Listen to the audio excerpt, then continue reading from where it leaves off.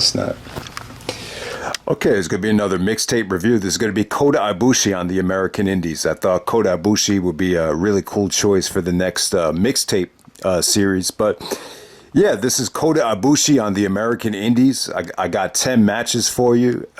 If I missed anything, or if anyone could recommend any other Kota Ibushi matches that he had in the United States, then yeah, please post it in the comment section. But, you know, to me, these are the 10 essential matches that Kota Ibushi had in connection with the American Indys. So let's get right down to it. All right, so the first time I heard about Kota Ibushi, it might have been the summer of 2007. There was a lot of buzz on the message board, and Gabe was actually talking about how he found this new talent in Pro Wrestling Noah, and it kind of gave him and all his friends kind of Sabu vibes, like the feeling when they first saw Sabu in Japan. Like it just created a lot of buzz, and that's what, you know, Kota Ibushi reminded them of, like a young Sabu. And yeah, I remember there was a match that people were recommending on the message boards. It was in the summer of 2007, July 15th. It was part of the Summer Navigation series. So you had Kota Ibushi actually teaming up with Naomichi Marufuji to take on Taiji, Ishmori, and KENTA. Yeah, I'll tell you, man, this, from what I've seen, this has got to be the best Noah match of 2007.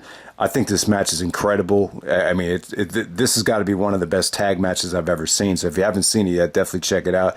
I know it took place in Japan, but since this was kind of like the start of the whole Kota Ibushi craze, I had to put it on the list. And yeah, man, the crowd just reacted, you know, like not your normal Japanese crowd. Like every time Kota hit something, they reacted like, wow, I've never seen that before. Like, so it didn't feel like your typical Japanese audience where they would just applaud. Like they kind of reacted like a hot American crowd, to be honest with you. And, you know, KENTA just abused Kota Ibushi in this match.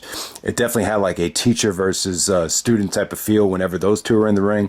Yeah, Taiji Ishimori, don't sleep on him, man. Underrated wrestler and just an incredible high flyer. He's short, but he's just really toned and nimble.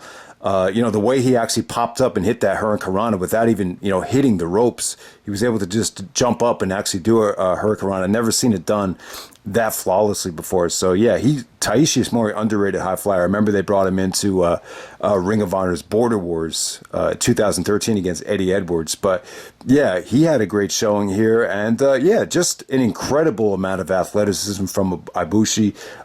KENTA and Marufuji actually went at it really hard here, a lot harder than the other match I'll talk about. And yeah, just beautiful sequences between KENTA and Kota. I mean, when Kota was hitting his Matrix variation, KENTA countered it into a Dragon Suplex. It just came off really, really good. So yeah, I mean, Kota hit all his signature offense, and KENTA actually wins this match to go to sleep. But yeah, just the amount of talent in that tag match what was incredible. That's probably, yeah, that might be you know, one of my top 5 favorite Pro Wrestling Noah matches of all time, without a doubt. All right, so from there, we're going to go right to the Ring of Honor tour. So in April 2008, Kota came in for 4 shows that month. Originally, it was supposed to be Davey Richards, Austin Aries tag match, and then El Generico. But because Austin Aries is involved in this Age of the Fall storyline, they decided to go with Claudio Castagnoli. So, yeah, you know, on YouTube, I believe True Slayer actually reviewed each and every one. This is before his account got hacked. So I believe the videos are still up. So there's a True Slayer solo review for all of these Kota Ibushi shows. But the first one I'll start with is the Davey Richards one from Bedlam in Beantown. Now, the thing you'll notice about this match from Ibushi is, like, you know, the offense was easy to remember, and just the reaction of the crowd to, you know, the you know, that moonsault. Like, he'll go for a moonsault, the guy get out of the way, and then he actually, you know, just do a standing moonsault again. Like, the fans reacted like, holy shit, like, I've never seen anything like that before. The Phoenix Splash, you know, Tyler Black was already doing the Phoenix Splash, but it was, you know, Kota's Phoenix Splash was just different. It almost seemed like he actually got more height on it. And then there was another move that he pulled off, which always got just a great reaction. Like the guy would be, running out of the ring, and then Kota would just do a running moonsault onto the second rope and then just moonsault him onto the outside. It always just came off great. And then his Matrix spot, where he basically pop up and hit the guy with a kick, and then he hit him with another German suplex. It just that Matrix variation just always came off great. So him and Davey right here, they had a good match. This was definitely one of the better matches from the tour right here. Davey at the time, he was more of a prick here. This is a big match for Davey, though. I think Davey really proved to Gabe Sapolsky after this match that he kind of elevated himself above to where he was at. Basically he was taking orders from Roderick Strong, playing kind of second fiddle to Roderick. But I think he proved that he was a better heel than Roderick, and, pretty much just as good, if not, potentially down the road would become a better worker than Roderick Strong in to a certain degree. I think both guys do different things better. It's a tough comparison there, but yeah, I think this is when they made the decision to have Davey turn on Roderick and kind of start his own faction when he did come back from Japan, and that's what happened to him when he started the American Wolves. But yeah, great stuff. I would definitely say this. Davey wasn't at the level to where eventually he got. Even Kota definitely got a lot better, the very next year. But this was just a nice little treat to, what these two guys can do down the road. Davey actually wins with the Kimura. You definitely see in the Evolve match, they took more risks and everything just looked a lot better. But, this was still, for its time, just an amazing match. Definitely the best match from that Boston show called Bedlam in Beantown. I believe the main event was actually Kevin Steen versus the Necro Butcher. Kind of a weird choice for a main event, but yeah, give it up to Kota and Davey. They stole the show on that show. The very next show was actually called Injustice 2 from Edison, New Jersey. So Kota actually goes up against Claudio Castagnoli. So I believe it's supposed to be Austin Aries, but Aries was involved in the affair with Lacey. So that's the excuse they gave as to why the Aries. I think the Aries and Ibushi. I thought it would have been pretty good. I don't know if it would have exceeded the El Generico match or even the Davey match, but the Claudio choice was interesting. Now, definitely, I would say the weakest out of all these matches. I remember True Slayer actually gave this a weaker rating than everything else. I don't even think he gave it 4. He might have gave it 3 3/4. I go 4 because it really did a lot for Claudio. And plus, I like this because, Claudio is about to main event the biggest show in ROH history. And, the normal thing that a wrestling promoter would do, especially when you're facing like an outside talent or a foreign talent, will be to have, the guy, your guy just kind of squash him or make him look strong. And they went with more of the wrestling. Wrestling is always more of a priority, especially during the Gabe days in Ring of Honor. So that's what I liked about it. The match was allowed to deliver. It really was. Now, I will say this. I thought Kota had more of a difficult time executing his offense against Claudio, because Claudio is muscular, he's taller, he's bigger, so it's not it didn't look as fluid as say some of the spots with El Generico. But Claudio looked good here. He busted out that water slide that he used as a finisher. I thought that was great. He actually hit the pop-up European uppercut, the Ricola bomb. So Claudio goes over because, you definitely have to make him look strong, for the Nigel match at a new level. But still, whenever Kota hit his signature offense, Edison, New Jersey, just, once again, they reacted like, we have never seen anything like this. So the Claudio match was still great. And I don't remember if it really stole the show from Injustice 2, but yeah, those two matches really got people buzzing. And then there's just a little bit more expectations when you get to the Midwest. So you got a double shot. When you get to April, I believe it was April 18th, and then the April 19th of 2008. The first one was actually Tag Wars 2008, which is an underrated show. You had a lot of interesting tag team matches on that show. But you get the Briscoes, and this might have been like this whole weekend in the Midwest. This might have been like the last time you got to see prime Briscoes, because I think Mark Briscoe had suffered a really bad knee injury on these shows. And, it had been a long time before you saw the Briscoes tag again. And I just never felt like, from an athletic standpoint, they were really never quite the same after this weekend. So Kota Ibushi actually tags up with Austin Aries. So Aries has got like so much stuff going on with that Age of the Fall storyline. But, and I do have mixed feelings on Austin Aries, the character. And I'll say it time and time again. I think he's better suited to, approach wrestling like Chris Benoit than a guy like The Rock. I just wanted to make that point. And so Aries kind of brought his no-nonsense approach to the match. So you got the good version of Austin Aries. That's all I'm trying to say here. And, the Detroit fans were really going apeshit for Kota Ibushi here. So, and the interesting thing about this match is you probably got Kota in the ring with, arguably, it's a stretch, but possibly a Mount Rushmore guys from Ring of Honor. And it definitely kind of felt like, there's Kota Ibushi and then there's everybody else. Like, I used to feel the same way about Rob Van Dam. Like, once you've seen RVD, it's kind of like, there's RVD and there's everybody else just from an entertainment standpoint with the moveset and everything. So Kota definitely stood out as like the most spectacular performer in this match. And Briscoes were actually playing heels here. They were pretty much dictating the tempo and kind of slowing it down and everything. Aries actually took some nasty bumps here. There was like so many times where, the Briscoes elevated Aries out of the ring and he would be selling on the outside. But, Aries definitely brought his A game, but, definitely the babyface here in terms of hot tags and really stealing the show was definitely Kota Ibushi. But Briscoes look good here, man. They actually hit the Spike J Driller to get the victory there, and really, really underrated tag match. Just definitely good stuff. Definitely the match as a whole exceeded, both of the exceeded expectations. I would definitely say I put this tag match above the singles matches Kota had the previous weekend. So there we go with that. And then the Showdown Return engagement in Chicago. This is when the Briscoes face the Motor City Machine Guns. I think I actually have an ROH Classic review of this show. This show from Chicago, really, really good stuff. Kota and El Generico stole the show after, and when you get to this show, I mean, obviously the Briscoes and Motor City Machine Guns had, so much expectations on them. But, Kota and El Generico definitely stole the show here. I'll tell you, these two guys were just made together for each other. Kota and El Generico, I mean, their chemistry is like Steamboat Flair-like. It really is. And it's a shame these two guys didn't get to wrestle each other more often. And eventually they would, wrestle in CHIKARA.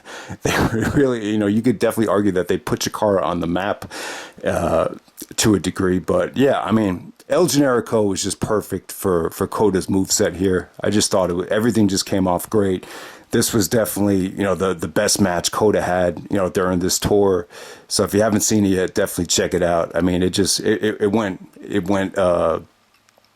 into just overkill mode, but it was pretty awesome. And this is the only victory that Kota got. So he lost actually the first three matches, won this match. And, at the time, not a lot of people knew who Kota was, and he wasn't that expensive. And, he was, because, he didn't come with a lot of baggage. It wasn't hard to get him to do jobs. Now, in 2021, to think that he would actually come to the United States and lose, it sounds idiotic. But, back in 2008, it was just different. But, yeah, this match was so good that after the match was over, they just started, they started showing replays of this match in slow motion. So I've talked about it before. But, yeah, that Matrix spot on Generico, where Kota pops up, hits him with a kick, and then hits him with the German. It's something you got to see to believe. So it just came off great. So that's from Return Engagement.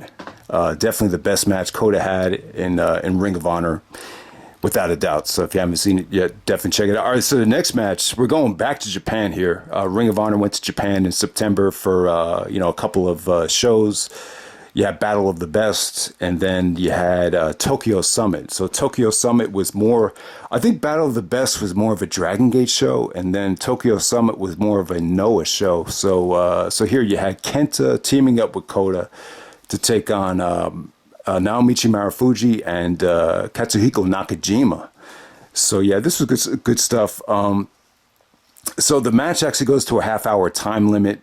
it actually gets 5 more minutes, but then Kerry Silken had to approve it. Then after the 5 minutes, it still went to a no contest. So you get 35 minutes of just no contest type of wrestling here. But, you know, it was good. Whenever you have this much talent involved in a tag match, it's a win-win situation or a no-lose situation.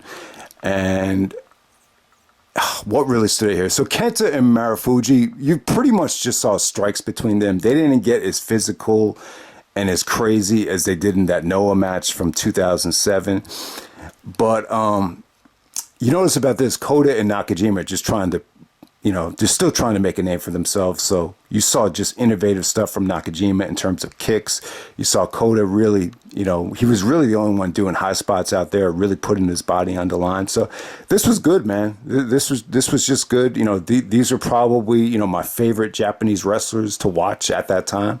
So yeah, definitely check out that match from the Tokyo Summit right there. And it didn't really come off to me like they treated it like it was a house show. I mean, you kind of had the fear or the feeling that, you know, maybe because it's Ring of Honor in Japan, maybe they're not gonna, you know, go all out. But I never felt that with Noah. Anytime, you know, Ring of Honor brought Noah guys in, they always treated the match like it was a big deal. So yeah, that was incredible stuff. All right, so now we're gonna go to CHIKARA. So for King of Trios 2009, they brought in Kota as part of the DDT team. So DDT was actually an indie from Japan. So his teammates were KUDO. I believe his name is KUDO, KUDO. I never heard of him until this King of Trios. And then you have Michael Nakazawa. Well, I believe Michael Nakazawa is actually in AEW right now as part of the Kenny Omega stable with Don Callis. But yeah, the DDT team in the first round, they actually took on The Future Is Now. So Future Is Now actually features Helios, who is actually a very young Ricochet here. So you had Ricochet, you had Equinox, and then you had Lince Dorado. So yeah, not a bad matchup at all. You know, the thought of putting, you know, a young Kota against a young Ricochet in the first round of King of Trios. Definitely good booking there. I would definitely say this. Kota was definitely a lot better than Ricochet at the time. Obviously, Ricochet would get a lot better. It almost looked like Ricochet wasn't fully like done growing yet. Like he looked a little shorter back then. So, you know, maybe he was still 17 going on 18. I remember Kobe actually grew an inch after he turned 18. So it's possible that Ricochet actually got taller since that match. But yeah, I thought Lince Dorado looked good. Nakazawa was younger at the time. You know, I guess he's too old to wrestle now. That's why he's, you know, taking more of a backstage approach in AEW. But I thought he was solid. The only thing I didn't like about the match, and the crowd hated the finish too, Equinox actually won this thing. And the finish almost came off like it was botched, and it just came off really crappy. It almost came off like they had the feeling like, you know, we weren't going to get to see Kota again. But the decision to have Kota lose this match, you know, it did wonders for CHIKARA, because it opened the door for Kota to compete in the High Flyer tournament. And then the match, the very next match, got so much buzz. It's not even funny. So this is like the first CHIKARA match that really, you know, got a lot of attention in terms of just, you know, from a pure, you know, match standpoint. Obviously, CHIKARA is more storyline driven and, you know, plot driven and you know, when you think of CHIKARA as a promotion. But yeah, so for the night 2 of King of Trios, they would actually do like a kind of a tournament within a tournament with the High Flyers. So you have 2 Fatal 4-Way matches, and the winner of both matches meet each other on night 3. That's how they've been doing it. You know, I recently reviewed 2011 where it came down to El Generico and the 1-2-3 Kid. But all right, so this match right here, you had Jigsaw, who's like the CHIKARA, you know, homegrown talent. You know, probably one of the most successful CHIKARA guys that train with Quack. Then you got Nick Jackson of the Young Bucks. You know, at the time, the Young Bucks were actually coming down with the Hanson theme, if anyone remembers that. Bop, boop, boop, boop, boop, boop, bop. So you had Jigsaw, Nick Jackson. You got El Generico once again meeting up there with Kota Ibushi. Once again, Generico and Ibushi just had insane chemistry. You saw a lot of the same spots they did at Return Engagement. But in this match, Kota looked like even more, just in better shape, more muscular, you know, more leaner, just physically, just even more impressive than the Ring of Honor tour.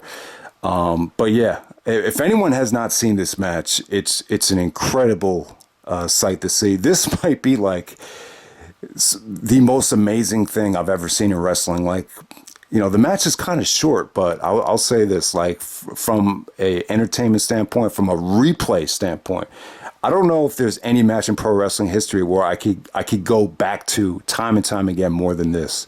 This is just such a treat to go back to. It's not a, you know, a lot of matches, like I'll say this, that Edge match against Roman from Money in the Bank, it was a great match and everything, but, you know, I would say this, that will be a chore to go back through, but this is the total opposite. This is just wrestling heaven right here.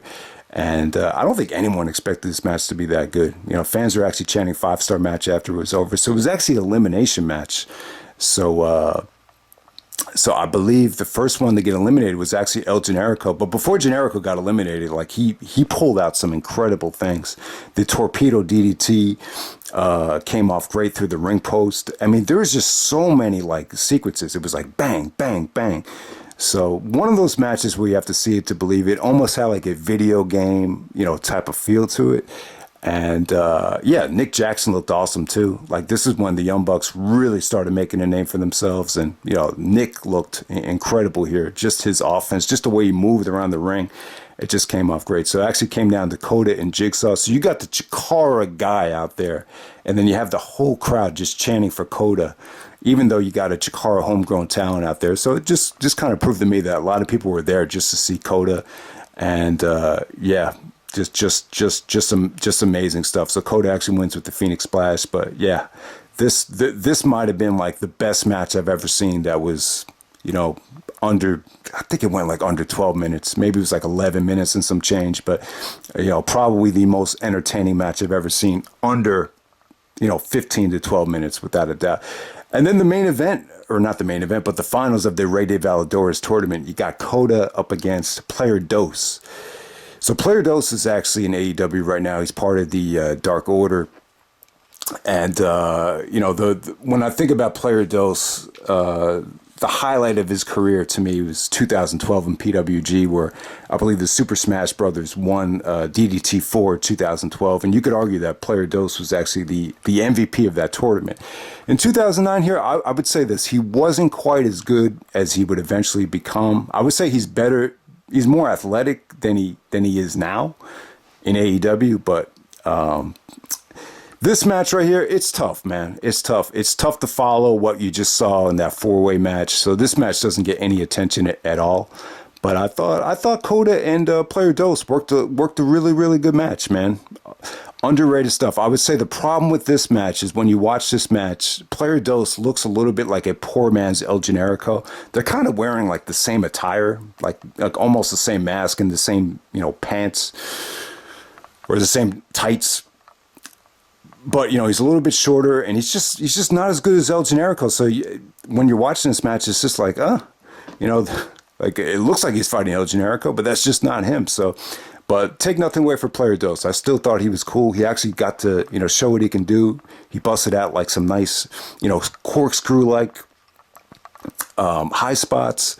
Kota was just on a different level here, though. He just looked like he was just Superman compared to Player Dos, and he pretty much easily won this match. But, you know, it was still enjoyable. And, you know, when you think of, you know, someone winning a tournament in CHIKARA right here, you would think, you know, you would want the homegrown guy to win. But, you know, at the time, I think the Rey de Valladores, you know, I don't think a lot of people knew about it. So I thought it was a great booking decision.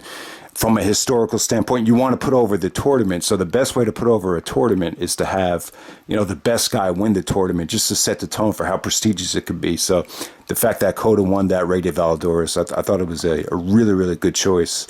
So yeah, man. So Kota Ibushi's showing at King of Trios 2009. It's I think from years from now, you gotta look back on it and say it was legendary. And then the last match I'll talk about, we got Kota Ibushi taking on Davey Richards from Evolve 1. This match was incredible. So, yeah, they definitely took a lot more risks. They were definitely more muscular, more physical. just more experience, 2 years down the road. So yeah, both guys got a lot better within 2 years. The offense almost looked suicidal from Ibushi. That Evolve one show, you had the fans in the front row, and it just didn't look safe. I know one of those guys actually got hurt on that show, and was almost got a concussion. But they didn't have proper mats on the outside, so. And you just saw some amazing stuff here. You'd have Davey going for the avalanche German suplex, Kota actually countering it. You have Kota going for the Phoenix Splash, and then Davey just hitting him with this super stiff lariat out of nowhere. So, and once again, Davey locking in the Kimura, Kota fighting off the Kimura. So just really good stuff. I think this Evolve main event is really underrated. It's kind of surprising, like when I look back on it, like why would Gabe, have the first Evolve main event, which is like a Ring of Honor rematch? But at the time, I think, Kota was definitely an attractive way to set the tone for Evolve. It was probably expensive, but it was probably well worth the money. And at the time, he was going to make Davey Richards like the poster boy for Evolve. I remember friends that were really upset because they had Ring of Honor tickets for WrestleMania weekend, and it was announced that Davey was not going to be at Ring of Honor because he had Evolve and Dragon Gate USA commitments. But it's just funny how that whole thing kind of switched around, and I've never seen so much like tension on the indies over like one free agent, and ultimately Davey ended up signing with Ring of Honor, so that whole thing was a fiasco. But yeah, this was really the only time you got Davey in Evolve, and it was great stuff. But that whole atmosphere of Evolve 1, I don't know, it just had a really almost negative and dark feel to it, I would definitely say. And I hate to say it, but I got to bring up the opening segment. I remember when Chase did the review, he kind of bashed the whole show. Like I think he did a 3-way review, and he really bashed like a lot of the extracurricular crap that they did. So they actually opened the show with Davey and Kyle. Kyle Riley's actually doing like kickboxing drills or sparring with Tony Gozima. And this girl's trying to film a documentary. She's like, oh, well, the Evolve company said we could film this documentary. And then Davey's like, I don't care. He's like, we're training right now. We don't have any room for you. So you had some really corny segments on that show. So yeah, that opening segment was kind of weird. But it shouldn't take anything away from this match right here. I thought both Davey and Kota Ibushi matches were great. This match in Evolve right here was just incredible. So yeah, man, that's Kota Ibushi. I know Ibushi's probably got even a lot better since 2010, but yeah, that's him on the American Indys. If anyone wants to recommend any more mixtape ideas, suggestions, or any more Kota Ibushi matches from the United States that I missed, then definitely check it out. But yeah, I know the guy is fucking, incredible. I think him and Kenny Omega, they started, tag teaming up in DDT, and, both guys have really just had an incredible run. And you could definitely see how much better they've gotten, since the Ring of Honor days. But yeah, and that's another idea for a mixtape. I think Kenny Omega and Ring of Honor is another one. I had some TNA ideas with Samoa Joe, Christopher Daniels, AJ Styles, just a lot of different things. Yeah, there's just a lot of different possibilities you can do with this series. But yeah, I thought Kota Ibushi would be really just something fresh and different for the mixtape series. But I hope you guys enjoyed the video. You got 10 matches here. I'll have them all in the description with the ratings, and I'm out. All right.